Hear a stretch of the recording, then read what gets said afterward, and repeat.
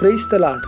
கர்த்தர் நமக்கு 3 மாதங்களை கிருபையாய் தந்து இந்த 4வது மாதத்துல பிரவேசிக்க பண்ணியிருக்கிறார். கர்த்தருக்கு ஸ்தோத்திரம்.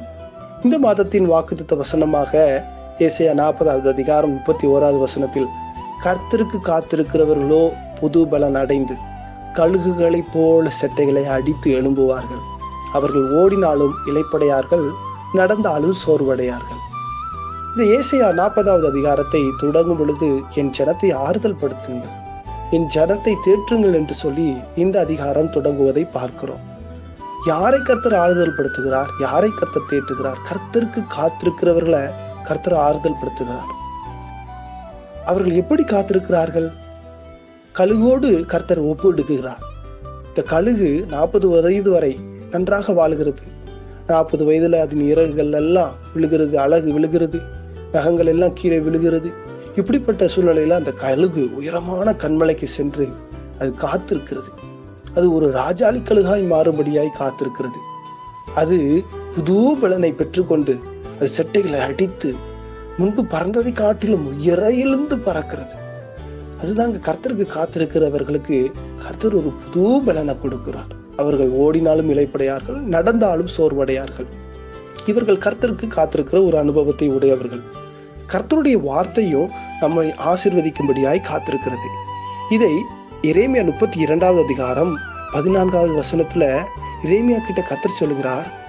அந்த எருசலேம் பிடிக்கப்பட்டது, நேபுகாத்நேச்சார் முற்றுகை போட்டு விட்டான்.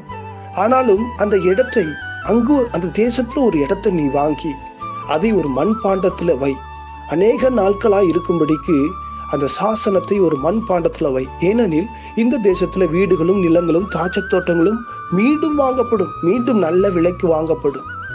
எரேமியா 32:17 சொல்றார், உம்மால் செய்யக்கூடாத அதிசயமான காரியம் ஒன்றுமில்லை. அதே அதிகாரம் 27வது வசனத்துல எரேமியா பார்த்து கர்த்தர் சொல்கிறார், இதோ நான் மாம்சமான யாவருக்கும் தேவனாகிய கர்த்தர், என்னாலே செய்யக்கூடாத அதிசயமான காரியம் ஒன்றுண்டோ? இந்த கர்த்தருடைய வார்த்தை அவர்களை ஆசீர்வதிக்கும்படியாய் மண் பாண்டத்துல 70 வருஷம் மண்ணுக்கு கீழே மண் பாண்டத்துக்குள்ள காத்திருந்தது. 70 வருஷம் நிறைவேறின பொழுது அந்த வார்த்தை அவர்களை ஆசீர்வதிக்கும்படியாய் வெளிப்பட்டு வந்து அந்த வார்த்தை அவர்களுடைய வாழ்க்கையை ஆசீர்வதித்து அது நிறைவேறினதை பார்க்கிறோம். இப்பொழுது நாம் கணக்கிட்டு பார்த்தா இந்த வார்த்தை சொல்லப்பட்டு கிட்டத்தட்ட 3000 வருஷம் ஆயிடுச்சு. இந்த வார்த்தை நம்மை ஆசீர்வதிக்கும்படியாய் 3000 வருஷம் காத்திருக்குதுங்க. உம்மால் செய்யக்கூடாத அதிசயமான காரியம் ஒன்றுமில்லை என்கிற வார்த்தை. என்னுடைய காத்திருப்பு இந்த கர்த்தருடைய வார்த்தையினுடைய காத்திருப்பு. 2 காத்திருப்புமே இன்னைக்கு உங்க வாழ்க்கையில ஒரு ஆசீர்வாதமா நிறைவேற போகுது. உங்களை ஆசீர்வதிக்கும்படியாய் என்னால் செய்யக்கூடாத அதிசயமான காரியம் ஒன்றுமில்லை என்கிற கர்த்தருடைய வார்த்தை உங்களை ஆசீர்வதிக்கும்படியாய் 3000 வருடத்திற்கு மேல காத்திருக்குதுங்க. ஏசப்பா கிட்ட நீங்க கேட்பீங்களா? ஏசப்பா நான் காத்திருக்கிறேன் ஆண்டவரே, நீங்க என் வாழ்க்கையில சொன்ன அந்த வார்த்தை என் வாழ்க்கையில நிறைவேறட்டுன்னு நீங்க இந்த நாள்ல ஜெபிப்பீங்கன்னா இந்த மாதத்துல கர்த்தர் ஒரு அதிசயமான காரியத்தை உங்க வாழ்க்கையில செய்ய போகிறார். எங்களை நேசித்து வழி நடத்துகிற அன்பு தகப்பனே, இந்த புதிய மாதம் ஏப்ரல் மாதத்துக்காய் நன்றி செலுத்துகிறோம்.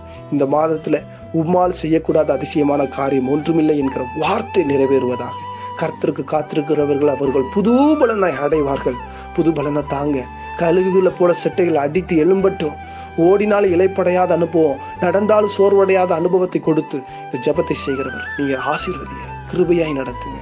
இயேசுவின் நாமத்திலே ஆசீர்வதித்து ஜெபிக்கிறோம் நல்ல பிதாவே. ஆமென், ஆமென்.